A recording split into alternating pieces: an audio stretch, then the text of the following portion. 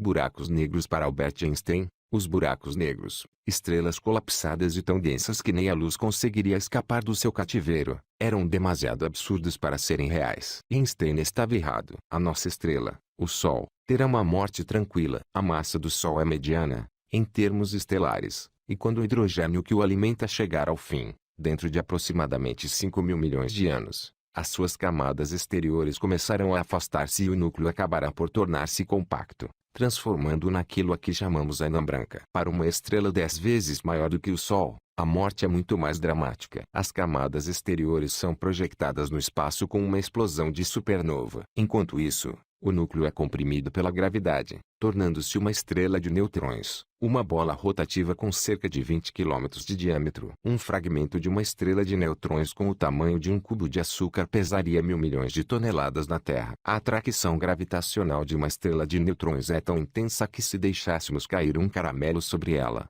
o impacto produziria tanta energia como uma bomba atômica. No entanto, nada pode comparar-se aos espasmos mortais de uma estrela cuja massa seja 20 vezes superior à do Sol. Mesmo que uma bomba semelhante à de Hiroshima tivesse detonado a cada milissegundo da vida do universo, essa energia ainda seria inferior à libertada nos momentos finais do colapso de uma estrela gigante. O núcleo da estrela desaba sobre si a 55 mil milhões de graus Celsius. A força esmagadora da gravidade é imparável. Pedaços de ferro maiores do que o Everest são compactados quase instantaneamente em grãos de areia. Os átomos são desfeitos em eletrões, protões e neutrões. Essas peças minúsculas são esmagadas e transformadas em quarks, leptões e gluões. E por aí adiante, em fragmentos cada vez mais pequenos, até que ninguém sabe até quando. Ao tentarem explicar um fenômeno tão importante, as duas principais teorias que governam o funcionamento do universo, a relatividade geral e a mecânica quântica, enlouquecem, como ponteiros de um avião girando loucamente durante um mergulho a pique. A estrela transformou-se num buraco negro. A característica que torna um buraco negro no abismo mais escuro do universo é a velocidade necessária para escapar à sua atração gravitacional. Para fugir ao abraço apertado da Terra, temos de acelerar até 11 km por segundo. É uma velocidade rápida, meia dúzia de vezes mais rápida do que uma bala a traço.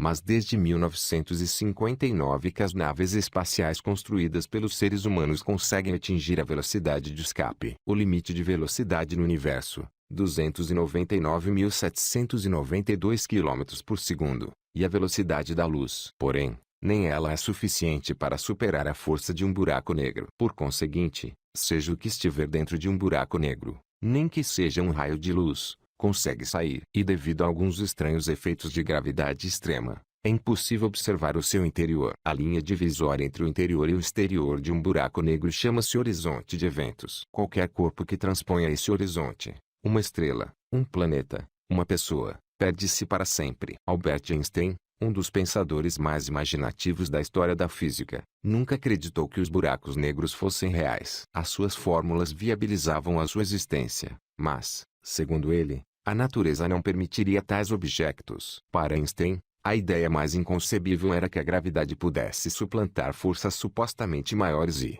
essencialmente, fizesse desaparecer o núcleo de uma estrela enorme, num passe de mágica de escala cósmica, ao estilo de Davi Copperfield. Dificilmente se pode afirmar que Einstein fosse o único a pensar assim. Na primeira metade do século XX, a maioria dos físicos desvalorizou a ideia de um objeto poder tornar-se suficientemente denso para asfixiar a luz. A defesa desta tese era um risco de suicídio profissional. Ainda assim, os cientistas interrogavam-se sobre essa possibilidade desde tempos tão recuados como o século XVIII. O filósofo inglês John Michell mencionou a ideia num relatório apresentado à Royal Society de Londres em 1783. O matemático francês Pierre-Simon Laplace previu a sua existência num livro publicado em 1796. Ninguém chamou buraco negro a estas curiosidades superdensas. Puseram-lhes nomes como estrelas congeladas, estrelas negras, estrelas colapsadas ou singularidades Schwarzschild, em homenagem ao astrônomo alemão que resolveu muitas equações teóricas a seu respeito. O nome buraco negro foi utilizado pela primeira vez em 1967, numa palestra do físico norte-americano John Wheeler na Universidade de Columbia, em Nova York. Aproximadamente na mesma época, Deu-se uma mudança radical nos raciocínios sobre os buracos negros, sobretudo devido à invenção de novos processos de observação do espaço. Desde a alvorada da humanidade que estamos restritos ao espectro visível da luz. Na década de 1960, porém, a utilização de telescópios de raio-x e ondas de rádio começou a generalizar-se, permitindo aos astrônomos captar luz em comprimentos de onda capazes de trespassar a poeira interestelar e oferecer-nos um vislumbre dos ossos internos das galáxias, como numa radiografia hospitalar. Os cientistas descobriram, com surpresa, que, no centro da maioria das galáxias, existe um aglomerado pulsante de estrelas, gás e poeira. No meio deste aglomerado caótico, em quase todas as galáxias observadas, incluindo a nossa Via Láctea, encontra-se um objeto tão pesado e compacto, com tamanha atração gravitacional que, independentemente do método utilizado para medi-lo, existe uma única explicação possível para ele. Trata-se de um buraco negro. Estes buracos são enormes. Aquele que se localiza no meio da Via Láctea é 4,3 milhões de vezes mais pesado do que o Sol. Outro, alojado na vizinha galáxia de Andrômeda, tem a massa de 100 milhões de sóis. Pensa-se que outras galáxias contenham buracos negros com a dimensão de milhares de milhões de sóis e algumas até alberguem monstros com o tamanho de dezenas de milhares de milhões. Os buracos não nasceram deste tamanho. Ganharam peso, como todos nós, a cada refeição. Os especialistas em buracos negros estão igualmente convencidos da existência de buracos pequenos nos subúrbios galácticos, tão comuns como os gatos nos nossos quintais. No intervalo de uma única geração de físicos, os buracos negros deixaram de ser quase anedotas e tornaram-se factos de aceitação generalizada. Afinal de contas, os buracos negros são perfeitamente vulgares. Existem provavelmente bilhões deles no universo. Nunca ninguém viu um buraco negro e jamais alguém o verá. Não há nada para ver. É apenas um espaço em branco no cosmos, um vazio total e completo. Como os físicos gostam de dizer, a presença de um buraco deduz-se do efeito que exerce nas suas redondezas. É como olhar por uma janela e ver as copas das árvores curvando-se na mesma direção. Seria perfeitamente seguro afirmar a existência de vento forte, mas invisível. Quando interrogamos algum perito sobre o seu grau de certeza quanto à existência efetiva de buracos negros, a resposta constante é 99,9%. Se não houver buracos negros no centro da maioria das galáxias, terá de existir algo ainda mais extravagante. Mas todas as dúvidas poderão esfumar-se nos próximos meses. Os astrônomos tencionam espiar um buraco negro enquanto este se alimenta. O buraco negro no centro da Via Láctea, a 26 mil anos-luz de distância,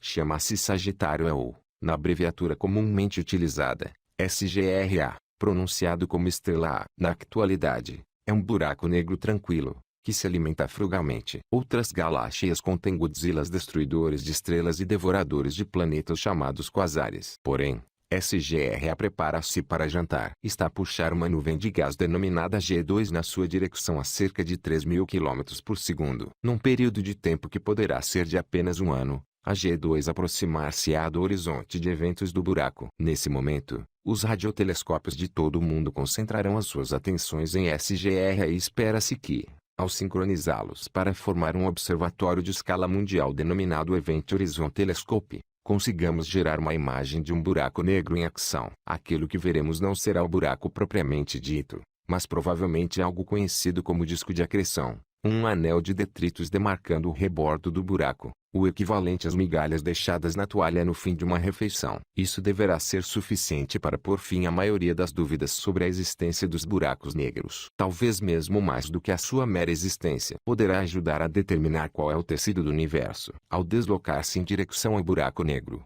a matéria gera muito calor por fricção. Se descer por um poste de bombeiros, as suas mãos aquecerão. O mesmo acontece com os corpos que deslizam em direção a um buraco negro. Além disso, os buracos negros giram. São essencialmente remoinhos profundos no espaço. A combinação de fricção e rotação significa que uma quantidade enorme de matéria que se precipita em direção a um buraco negro, por vezes mais de 90%, não passa pelo horizonte de eventos, mas é projetada, como faíscas largadas por uma roda de amolador.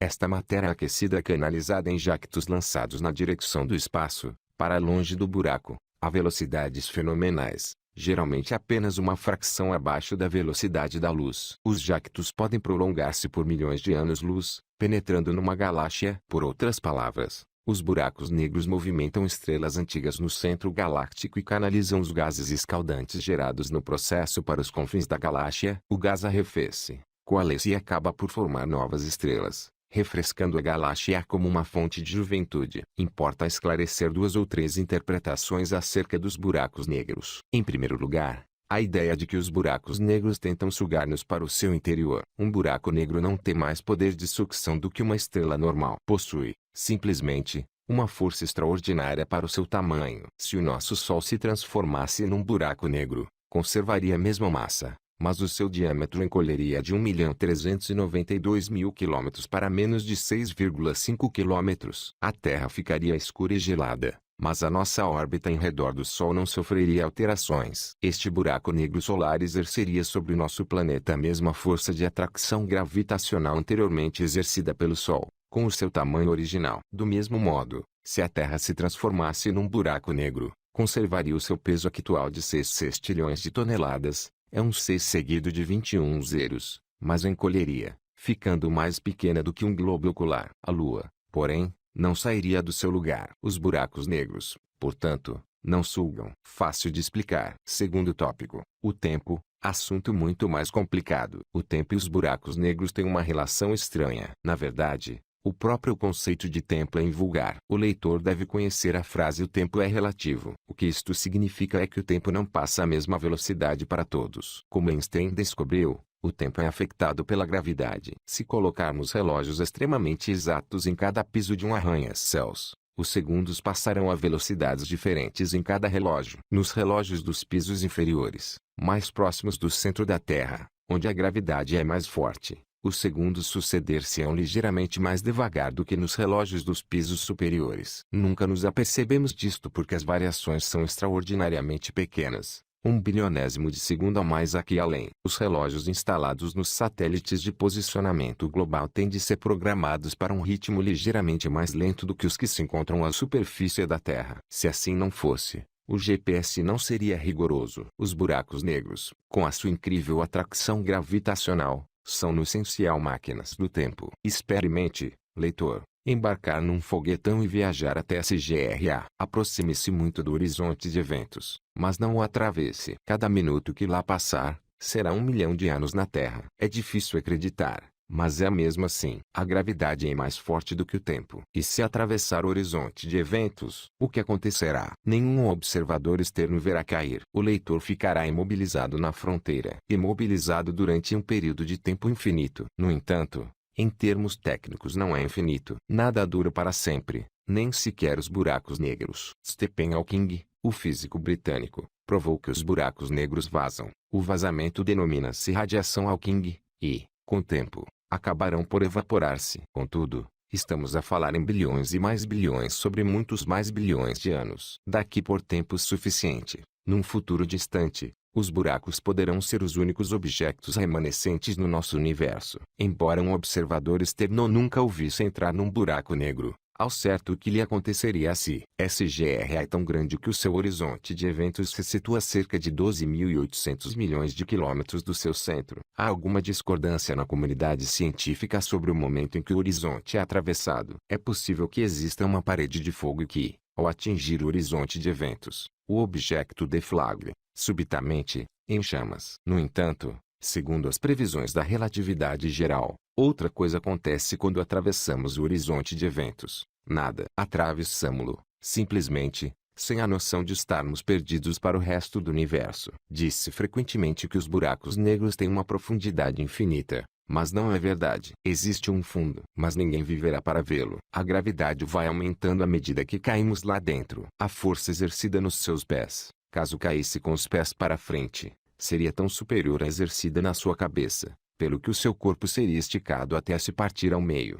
No entanto, pedaços de si, leitor, chegarão até ao fundo. No centro de um buraco negro, existe o enigma da singularidade. Compreender o que é uma singularidade representaria um dos maiores feitos científicos da história. Primeiro seria necessário inventar uma teoria nova, uma que fosse para além da relatividade geral de Einstein, e seria necessário ultrapassar a mecânica quântica, que prediz o que acontece às partículas microscópicas. Ambas as teorias oferecem boas aproximações à realidade, mas no local de extremos, como o interior de um buraco negro. Nenhuma se aplica. Pensa-se que as singularidades sejam minúsculas. Minúsculas não basta. Se ampliássemos uma singularidade 1 bilhão de vezes, mesmo assim o microscópio mais potente do mundo não conseguiria vê-la. No entanto, há ali qualquer coisa, pelo menos no sentido matemático. Qualquer coisa não só pequena, mas também inimaginavelmente pesada. A maioria dos físicos concorda que os buracos negros existem, mas eles são impenetráveis. Nunca saberemos o que se encontra no interior de uma singularidade. Porém,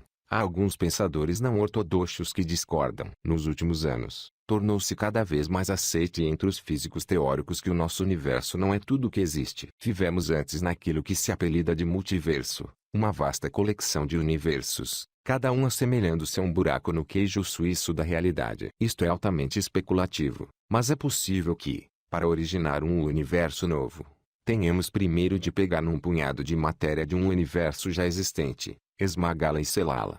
Parece-lhe familiar? Afinal, conhecemos o resultado de pelo menos uma singularidade. O nosso universo nasceu, há 13.800 milhões de anos, com um tremendo estouro. No instante anterior, tudo estava condensado numa partícula infinitamente pequena com uma densidade maciça, uma singularidade. Talvez o universo funcione de forma parecida com um carvalho. De tempos a tempos, uma bolota cai, encontra o solo ideal e germina abruptamente. O mesmo pode acontecer com uma singularidade, a semente de um universo novo. E à semelhança de um rebento de carvalho, nunca agradeceremos a nossa progenitora. Para sair do nosso universo, a mensagem teria de deslocar-se a uma velocidade superior à da luz. De novo, parece-lhe familiar? A prova daquilo que poderá residir dentro de um buraco negro é convincente. Olhe para sua esquerda e para sua direita. Belisque-se. Um buraco negro poderá ter surgido no outro universo, mas nós poderemos estar a viver dentro dele.